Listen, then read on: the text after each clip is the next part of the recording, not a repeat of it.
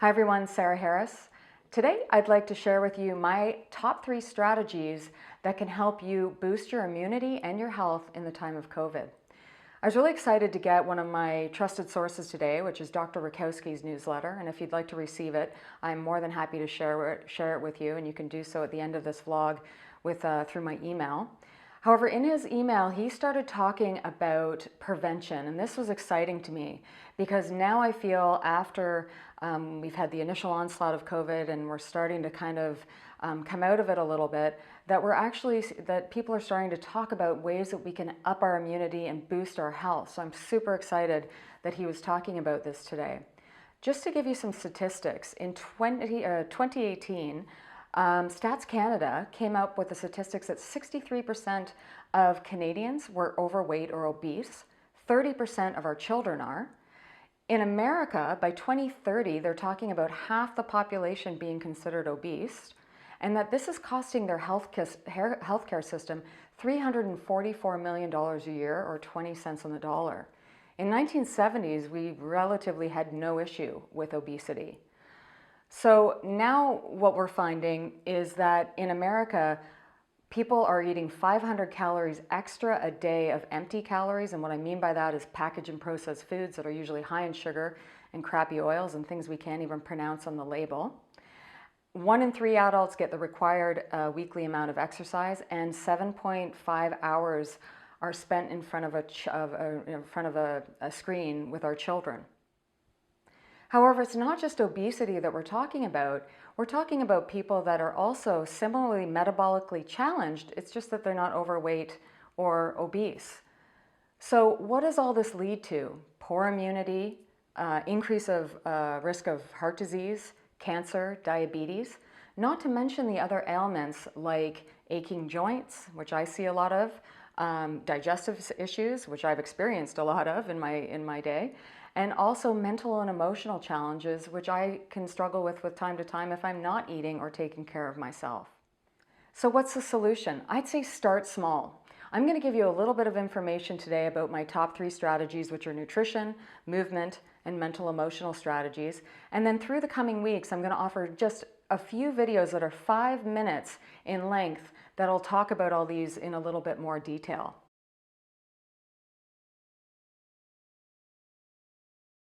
The first component I'd like to talk to you about is nutrition.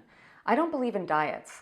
I really believe in eating foods that are whole food, organic, pasture raised. And when I talk about eating a meal, what I like to encourage people to do is eat every macronutrient within every meal. So what I mean by that is eating a complex carbohydrate such as broccoli or another vegetable, eating pasture raised organic animal products as a protein,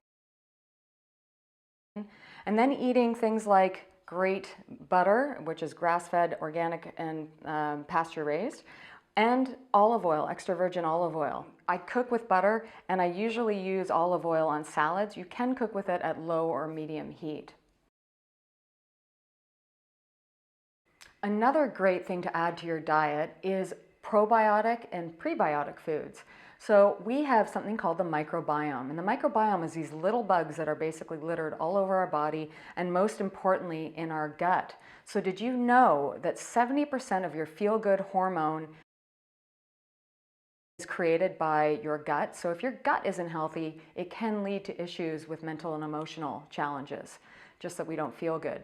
So ways you can start to add things like that into your diet. We all know that yogurt is good. Try not eat it with sweetened because again, that's a high sugar. I usually use a plain yogurt. You can also use sauerkraut and pickles. They're very high. However, remember they should be naturally fermented on the label, not made with vinegar. Also things like I love kombucha, which is kind of like a fizzy tea drink. So I kind of replace, this is my pop, full of good bacteria. We also have things like miso, kimchi. Those are some of the probiotic foods. Some of the prebiotic foods can be leeks, onions, artichokes, mushrooms. Anything basically, again, in the good vegetable kingdom can help with that gut flora. So try and insert some of those into your diet this week and see how you feel.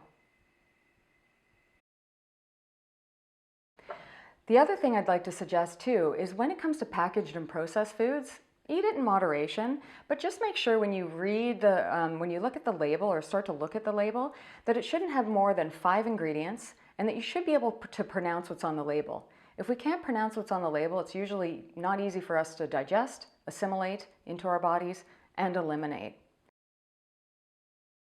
The other thing too is I talk a lot in my practice about people going towards or trying to avoid gluten and dairy. Many of us are sensitive to these things. I'm not saying that we are allergic, because that's celiac for gluten, but we can have sensitivities that we might not even know we have. It can show up as joint aches. It can show up as a mental, emotional issues. It can just show up as being overweight. So what I notice in my practice, when people give these things up, they usually look and feel much better. So what I suggest is try it out for yourself. Take 30 days and cut gluten or dairy or both, hopefully, out of your diet. Reintroduce them and see how it feels. And I don't mean just taking little bits out. You have to cut the whole thing out for 30 days, and then your body will be a feedback mechanism and tell you if that food is good for you, because you'll get the same symptoms and even worse usually at the end of those 30 days. Hydrate. Try and drink half your body weight in ounces a day. Super good for you. If you don't want to measure it, then just make sure that your pee is not dark orange or dark yellow, that it's just a slight yellow. It's a good indication that you're hydrated. And lastly, what I'd like you to maybe do this week is 30 minutes to an hour after you eat, see how you feel. And I mean mentally, emotionally, physically, and digestively. So seeing your body is a great feedback to tell you how these foods are behaving in your body. So I highly suggest, one of the best things you can do is just start to have a relationship with your food. So let's move on to movement. Movement. So the American Heart Association recommends that we do 150 minutes of moderate exercise, which is basically being able to talk and not sing, which is usually walking. And then also 70 minutes of vigorous exercise, which is when you're out of breath. So this week, what I'd like to encourage you is don't get caught up in like, I have to do this or I have to do that for exercise. Just get out and do something that you like to do. I love to walk. So some days I go for a nice long walk around the block or wherever, and I'm out in the sunshine, and that's great for our health and well-being. Dancing. Now that we're at home, we can do body weight exercises. So you can look at my previous vlogs that I've done on that, and also the upcoming vlogs that I'm going to offer.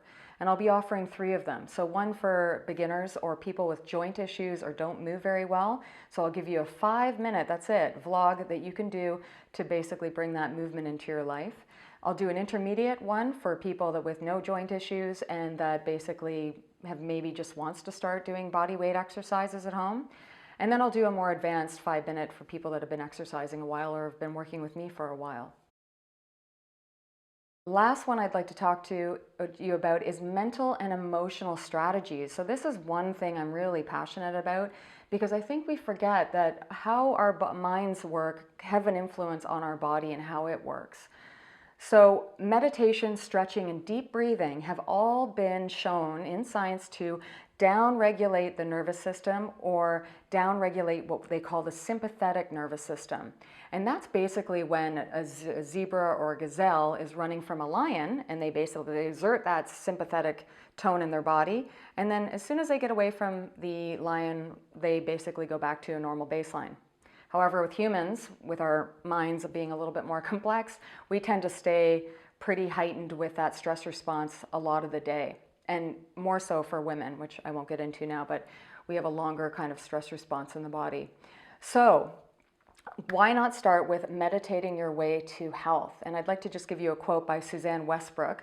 She's a retired internal medicine doctor at Harvard, which describes meditation as a means of noticing what happens moment to moment, the ease and the difficult, and the painful and the joyful. It's all about building a muscle to be present and awake in your life. And I thought that's a great way to think about meditation. People think, well, I should just stop my thoughts. No, it's actually just getting present, which is the most important thing. And what research has shown is that this helps with our sleep. It helps us cope with anxiety and depression.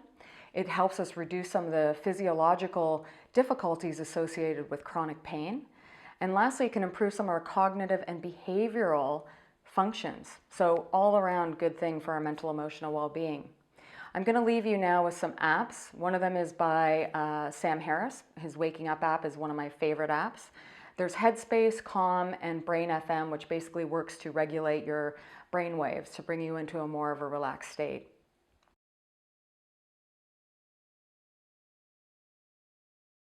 I've also included some other sources here today if you want to check out things in detail. However, if you want to go into any of these components with me one-on-one, I am open for online sessions, and I'd be happy to explore any of these that you feel you'd like to look into deeper to optimize your immunity and your health. Hope this helps, and please pass it on if you find that someone else could find it useful. Have a great day.